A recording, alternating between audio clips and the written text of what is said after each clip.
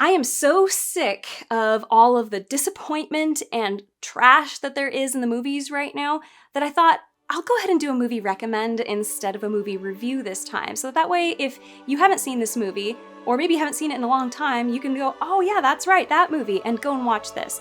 Because if I had never seen this movie, I would wish that somebody recommended it to me right now because it is so good, and I really need that good movie experience. Hey, this is The Sword and the Pen Reflections. It is my casual alternative to the more formal channel, The Sword and the Pen, link up there. The movie that I'm talking about is Empire of the Sun. It was directed by Steven Spielberg. The soundtrack is by John Williams, and it stars a super young Christian Bale. He's 13 years old. It's his first big movie. He didn't have any formal acting training before this, or very little at least. And wow, you will be impressed. I mean, he showed all the signs of greatness in this movie. Now, I understand why this movie isn't more popular or well-known, and I think a lot of it has to do with it having been slammed so badly by critics when it first came out. But I also think that we've all sort of wisened up to how out of alignment the critics are with the opinion of the general public. I've never once showed this to somebody who didn't think it was one of the best movies they'd ever seen. And I mean, that's as recently as a week ago. I showed it to somebody who couldn't believe that this movie was made in the 80s because it looks so good, and then immediately went home and made her husband and older daughter watch it, and then recently informed me that now she's gonna make her younger daughter watch it. It's PG and it is for free on YouTube right now, so if you haven't seen it, go and check it out. But let's talk a little bit about it, spoiler free, and then more towards the end, I'll get into spoilers.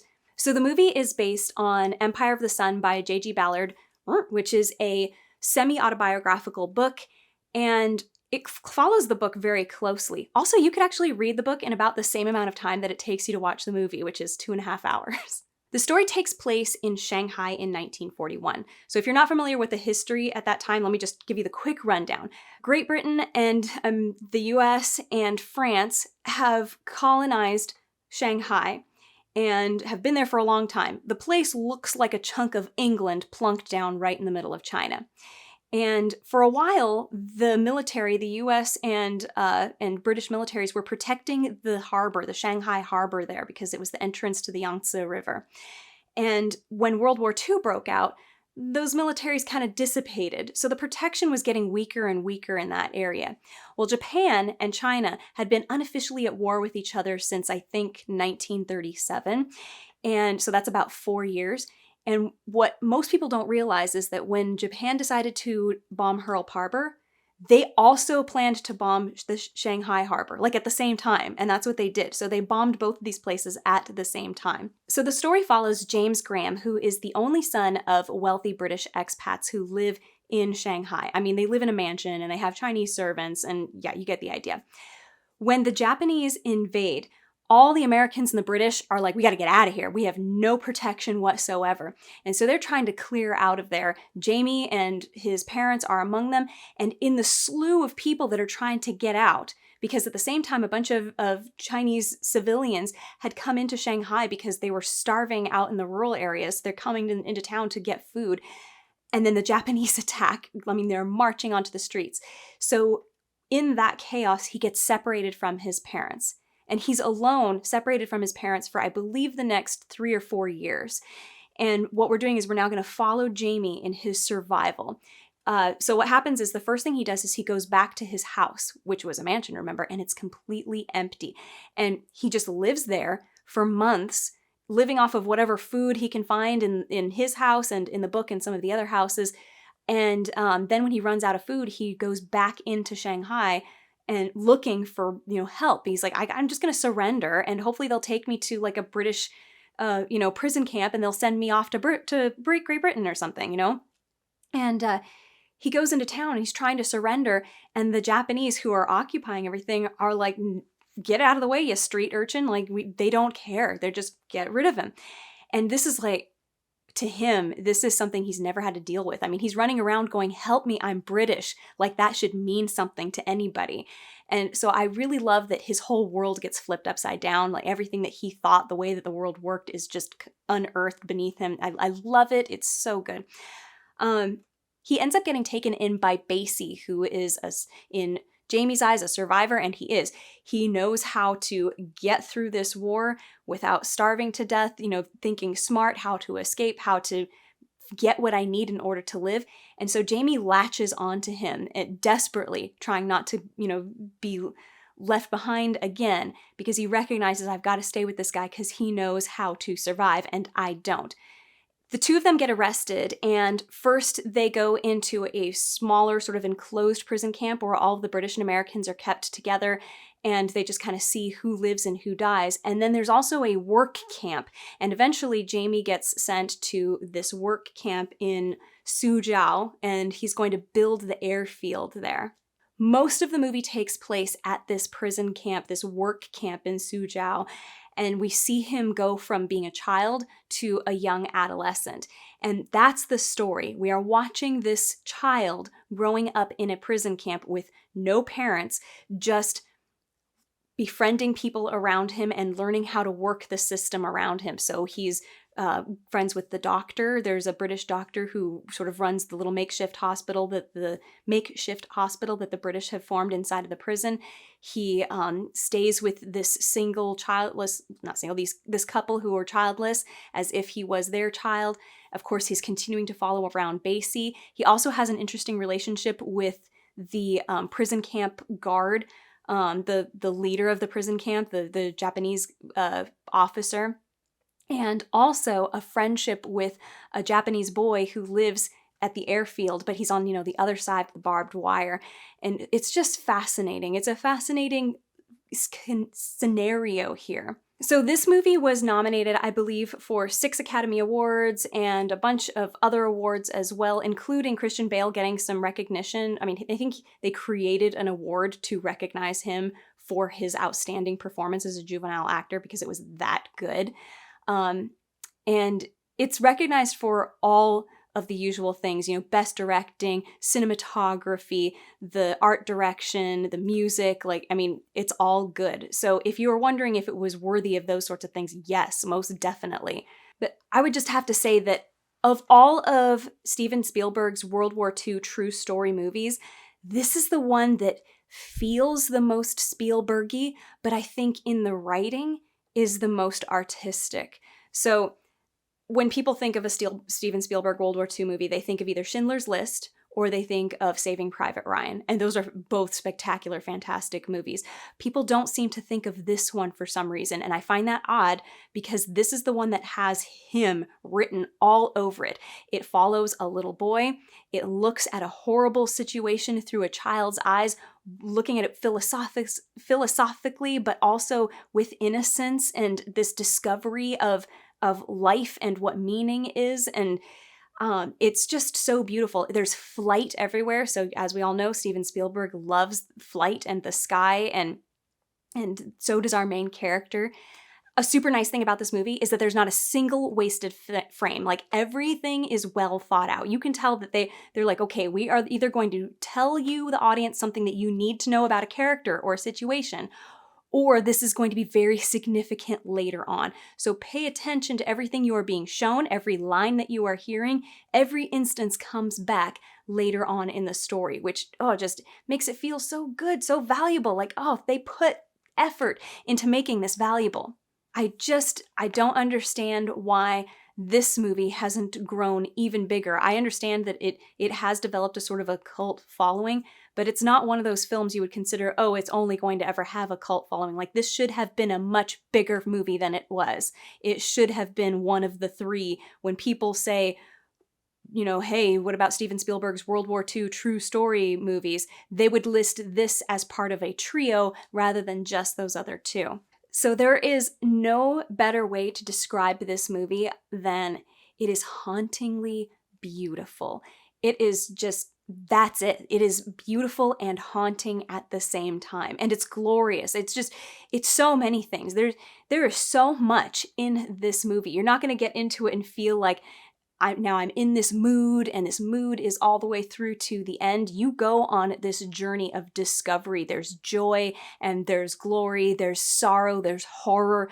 It's everything. So if you're looking for something that has some of that variety in there, this is it. And you're also going to feel, I think a lot of people don't know about this, not period in history, but they don't know about this part of World War II, because I think it gets overshadowed by the Holocaust in Europe a lot. But this was no less horrific. In fact, if you research some of the things that happened, there are some things that I think were actually more horrific. But they're all horrific, but you get what I mean. But I think what it was is just that critics saw this and didn't know what to make of it, because it looked like it should have been a typical, E.T. sort of, kid on an adventure movie. But that's not what it was at all. I mean, there is an adventure, but you are watching a child grow. So our main character, who I just think is the most wonderfully complex main character, he's so sheltered and spoiled, but also highly, highly educated. And he knows nothing else. And I think that that's portrayed really, really well, is that he doesn't see that the world is anything other than what he has always believed it to be. There's a great scene where he's in the kitchen and he opens up the fridge to get himself some milk, and he wants some biscuits, which are cookies.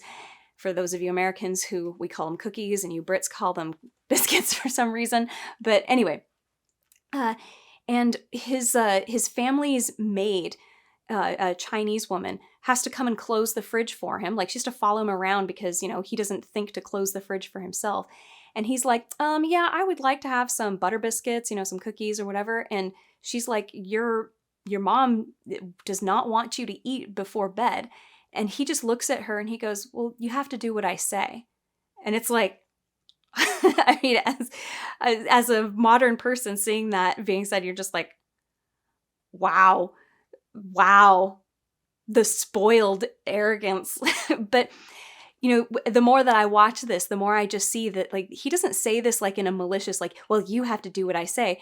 He's like, she didn't realize that she was not doing what she's supposed to do. So he's like, well, you have to do what I say. Like, that's the way that it is. I'm the boss and you're the servant.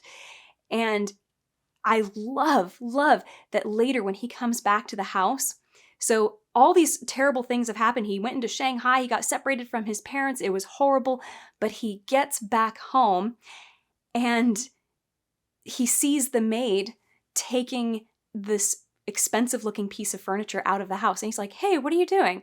And then he's like, well, hey, he just like, clearly you're not doing what you're supposed to be doing. And she's shocked that he's there. And he just starts talking off to her like, hey, I got to meet up with my mom and I don't know where she is and like this. And she just walks over to him the way that she would any other time, eyes cast down, hands folded, and just wallops him across the face. And you're going, you see the camera just right in on his face with the shock. Like, he couldn't believe that she didn't love him the way the servants all pretended to love him. And his world is flipped upside down. Oh, just love it. I'm not going to give any more spoilers because I will after I give the warning of spoilers, but I just got to say, like, you've got to go and see this movie if you haven't seen it. Like I said, it is for free on YouTube right now. Yeah, who knows how long that's going to last. But anyway, I want to talk really quickly about some technical things. So first of all, I'm always so impressed with the practical effects and the manpower that must have been behind, not manpower, but the coordination and the organization that must have gone into creating some of these scenes. Like the scene of Shanghai's streets with all of the Chinese civilians and the British families trying to get out at the same time, and then the Japanese coming in, marching in right there. Like, how that must have been so hard to coordinate all of this. And I know that there's some, movie magic going on in the editing and you can see that, but that's a lot of people. You look at some of the shots in that scene and you're just going, how many people are here? Then you get the same thing happening with the when they arrive at the internment camp, the work camp at Suzhou. All those people in this giant rolling thing to flatten the road to make it, nice and smooth for planes to land on. And like, how many people were on this set? Like, it's unreal. And you cannot talk about the technical awe of this film without talking about the scene called Cadillac of the Skies. And I'm just gonna play a clip for you right now, because even if you haven't seen this movie, this shot is like only a small fragment of a 4-minute sequence. It's spectacular. I mean, you've got the camera having to move left to right as the bullet's coming, and then again back left to right, and then suddenly you see the building explode and you're looking at the building, and then oh my gosh, a plane comes through the smoke right towards you. It's unbelievable. I feel exactly like Christian Bale does in that moment, grabbing his arms just like in chills, and just, I mean, it's so good. And the second thing I have to talk about is the music. I swear John Williams must have been having an out-of-body experience when he wrote that song, Cadillac of the Skies. It is just so good. I mean, this is one that you will download and listen to.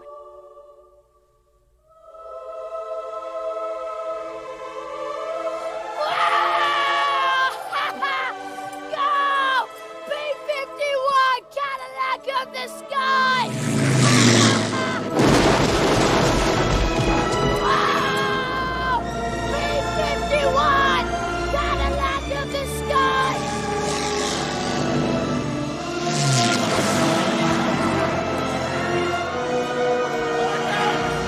Jim? Jim! Get off the roof! Jim!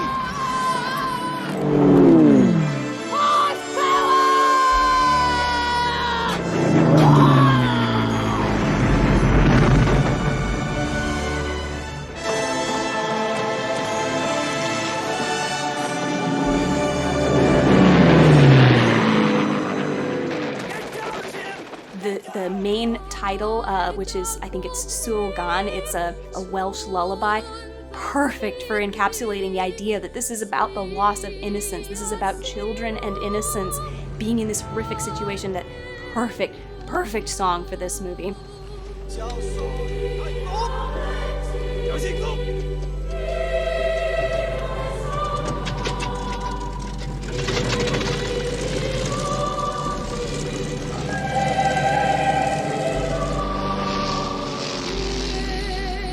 Then you've got, I think it's called Exultate Justi.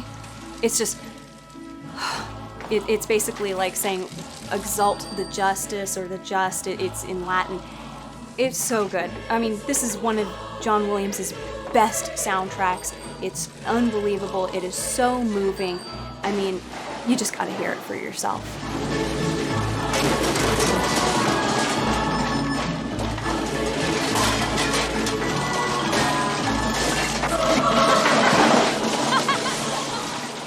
So very quick story. Ben Stiller, I think he's in his early 20s, is in this movie too. It was like, I think it was his first movie or one of his first. And he just has like 1 or 2 lines in it. And he got in trouble while he was on set from Steven Spielberg because he messed up his line and said cut afterwards. And Steven Spielberg is like, you never say cut. But he says, and I have no idea how it inspired him, but he says that the idea for Tropic Thunder came to him while he was working on this movie. I don't get it, but anyway. But one of the things about this movie that makes it so incredibly valuable is how much thought was put into this script. So there's a lot of repetition. There are patterns in this movie, things that happen in the beginning and then in the middle and at the end, or, you know, things that are said in the beginning and then they're said later on. But when they happen a second time, they mean something different, or there's something in them. And that is what gives this movie a lot of values, because it is encapsulating its theme, which is loss of innocence. So you have the main character, Jamie, who just spouts out all of these philosophical ideas all the time. You know, he says, oh, I'm an atheist, and, you know, I'm a pragmatist, and, you know, I've decided I'm going to, you know, do this or whatever. I believe this. And he's talking about these things that he does not really understand, but he says them because you can tell he's used to being a child surrounded by adults all the time. I mean, he goes to this costume party and he's the only kid there. So he's used to having very adult conversations, but he clearly doesn't understand them. But then later, he starts seeing these things happening, or he starts talking about these things, and they suddenly have meaning to him.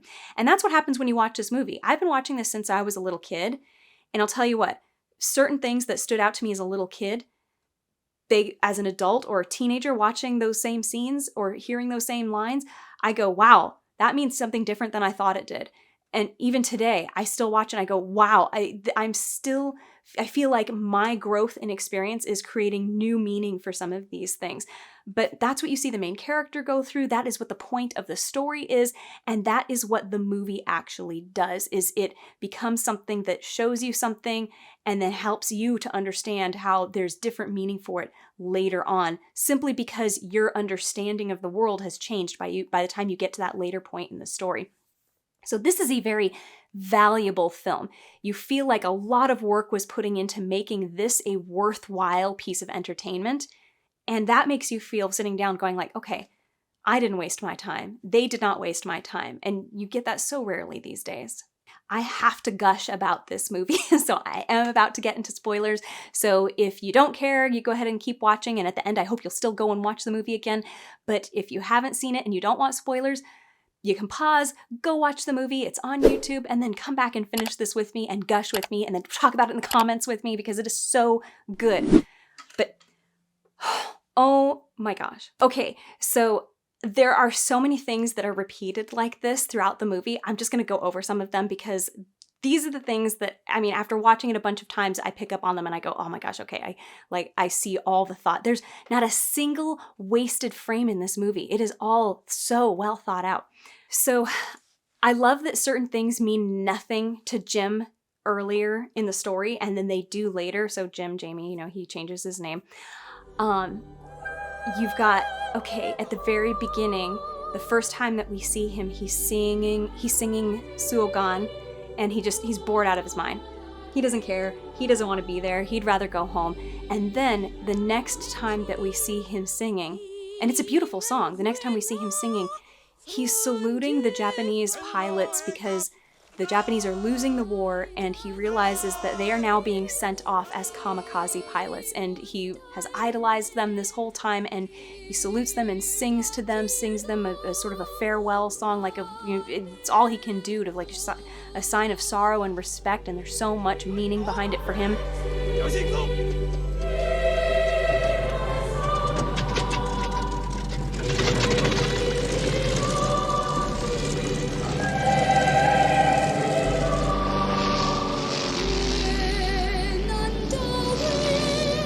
Love it. And I like that you can hear that he's messing the song up the second time that he sings it, like he hasn't even thought of it in so long, but he's just trying. Then you see, and this is actually like partway through the movie, so he starts talking to, he's with Dr. Rollins, who is his tutor in the hospital, and Dr. Rollins, asks him, hey, start reciting the poem that I want you to memorize. He's supposed to have been learning this poem. And Jim just starts prattling it off really fast, like doing it as fast as he can to get through it to show that he's memorized it. And Dr. Rollins starts laughing and he goes, it's not just a string of words, like it has meaning, like these things actually mean something. But that still doesn't mean anything to him. Like that doesn't mean a thing to Jim. He's like, whatever, I want to go. Like, why am I here? Like, I don't need to do this. And then later, when the Americans are attacking the airfield, Dr. Rollins comes up there to get him. And Jim is just spouting off this stream of consciousness and it is coming out like poetry. And he says it and it means something to him. And it's the same kind of beauty that was in the poem that he was reciting before that meant nothing to him. And now there is beauty in the world. It is overwhelming. I think this moment is referred to as Jamie's rapture, where he suddenly has this blossoming of joy and just feeling like he is he's having an out-of-body experience, sort of like how I think John Williams must have been having an out-of-body experience when he wrote the music for this scene. But you get it. I love that scene so much. Then you have, as a kid, he's in bed and he's talking to his mom and he starts talking about God. Like he said, I was having a dream about God and he was playing tennis. And he's like, do you think that when they say that God is above us, that they mean like in the sky? And he's looking up at his toy airplane. So you can tell that he's thinking like, is God up there? And then at the party, when one of the grown-ups asks him, like, hey, I heard that you've dropped out of the Boy Scouts, you know, what's up with that? And Jamie's like, oh, I've decided I've become an atheist. Like, I'm, you know, and they're like, okay, whatever, you know, there he goes, just saying that. He doesn't know what the hell he's saying. And then in the end of the movie, when he sees the atomic bomb hit Nagasaki, well, he sees the flash from it, and he thinks that it's Mrs. Victor's soul.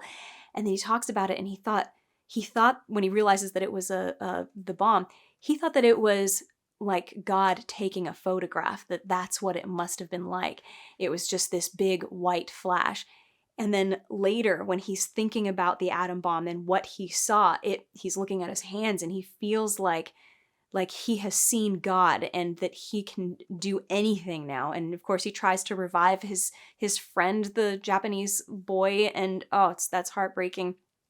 I mean, I love that whole thing with the Japanese boy. You know, they when they were on the other sides of the fence, they had this beautiful friendship where, you know, he tossed the toy back to him, and then later the Japanese boy saves his life when Jamie's hiding in the creek, and then they finally are both on the same side of the fence, and just the heartbreak of the Japanese boy. They've lost the war. He never got to be a pilot, and it's just the dream is over. And you just see, like, these are just children, and they just want to be friends, and none of everything that has happened matters because they're just kids. They both love flying. This should be the unifying thing for the two of them, and they're about to become friends, and then they don't get to have that. Oh, it's heartbreaking. It's like, and I like that the vision that Jamie has when he's trying to bring back the Japanese boy, and he suddenly sees, or at least we, the camera or the observers, see that the person he's doing CPR on, or chest compressions on, first it's the Japanese boy, and then it flashes for a moment, and it's Jamie's, his own self, but he looks much younger. He's in his schoolboy uniform, and he's like saying, I can bring anybody back. And like he almost had this friendship, like this opportunity to return to childhood, and it was just ripped out from underneath him by somebody firing a bullet because the kid was Japanese. And I just love the tragedy of this. I mean, how many of us have looked back on our own childhoods and just felt like, God, I would give anything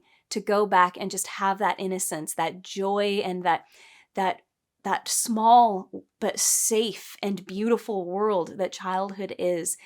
And you just can't ever have that back again. You can pretend to have it back, but you'll never have it back, ever. And I just love that this film portrays that so well. I mean, my goodness, Jamie's character looks absolutely nothing like himself by the end of the film. He looks like a completely different person. I think they did a great job, the makeup department, in making it look like this was a different kid. And of course, even Christian Bale, you can tell, like, he worked on having different types of facial expressions from when he was a kid to when he was older. Oh my gosh, so good. Oh, and I really, really love the way he follows Basie around. Like, he sees Basie is a survivor.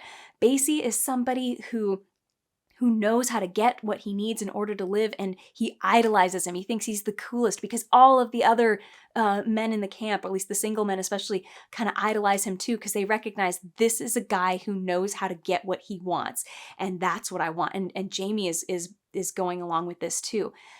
But at the very, very end, when Basie grabs him and says, hey, let's, I'll take you to your dad and it'll be great. We'll fill up the swimming pool. And he's like, didn't I teach you anything? And Jamie says, yeah, I learned something from you. I've learned that people will do anything for a potato. And he looks at him. Jamie looks at Basie with just this disgust and this, not horror, but realization that you are not what I thought you are. You are a disgusting human being. You are somebody who is an opportunist, not a survivor. Like, there are things that the two of them did in order to survive that it might have been better that they died. Like, the principle of it. It might have been better if they had just died. Like, and I'm even thinking of little things like taking the shoes off of the dead woman while her children watch, and then escorting the children away, like using them as some sort of a, part of your game. Like, I'm going to play on the emotions of these kids so that I can get more stuff from them. It's just horrifying. And it dawns on Jamie in that final moment that there are some things that aren't worth surviving like doing in order to survive. Like, it would have been better if we died. Like, that's what that face says, and I love it. I also love that at the end, so this is before that moment actually, he throws his suitcase into the Yangtze River, and that suitcase was full of all of his treasures, the things that he saw as valuable when he was a prisoner in the camp. And it dawns on him that these aren't valuable things. This is not a place that I want to ever live again. I don't want to experience this life.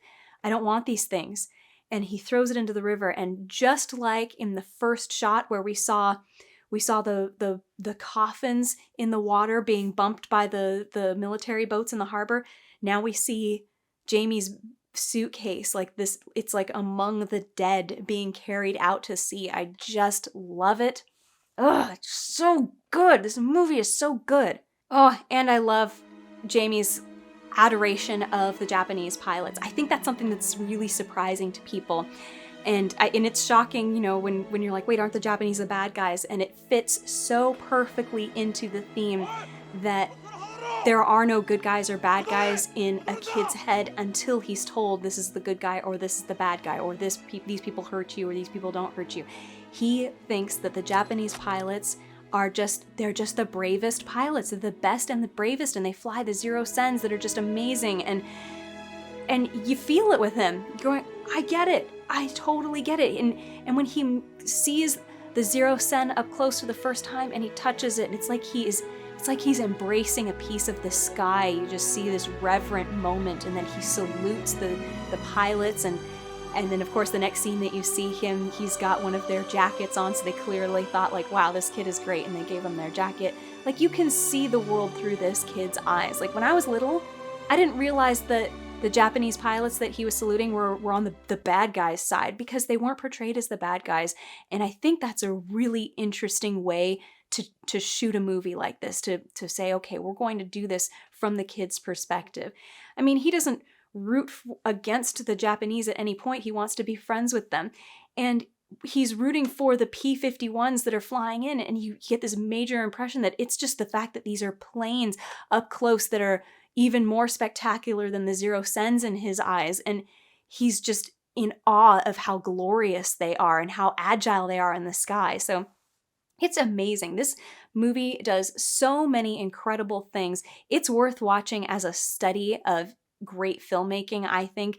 And I will recognize there are moments of imperfection. I would say that the big one is that there are some moments where I felt like it was just a little bit over dramatized, with a little over melodramatic with Jamie having some of these existential realizations and things, but it never went so far that I was like, okay, they're carrying this on too long, they gotta get off. It was always just barely touching on that, and I'm going, geez, the fact that they even tried to go in this direction with a 13-year-old child and he got us there and only slightly went overboard is still extremely impressive. Like, Christian Bale at 13 years old carries this film on his back, and it is one of the most impressive child performances. Actually, it may be the most impressive child performance I've ever seen. The range that we see from this kid. I mean, he plays two different people on a spectrum. The Jamie Graham of the first few minutes of this movie is not the same as the Jamie Graham of the last few minutes of this movie. It's so impressive, but I love this movie so much. I hope that you will go and watch it, and I hope you will come back here. I hope you have watched it. Talk to me about it in the comments.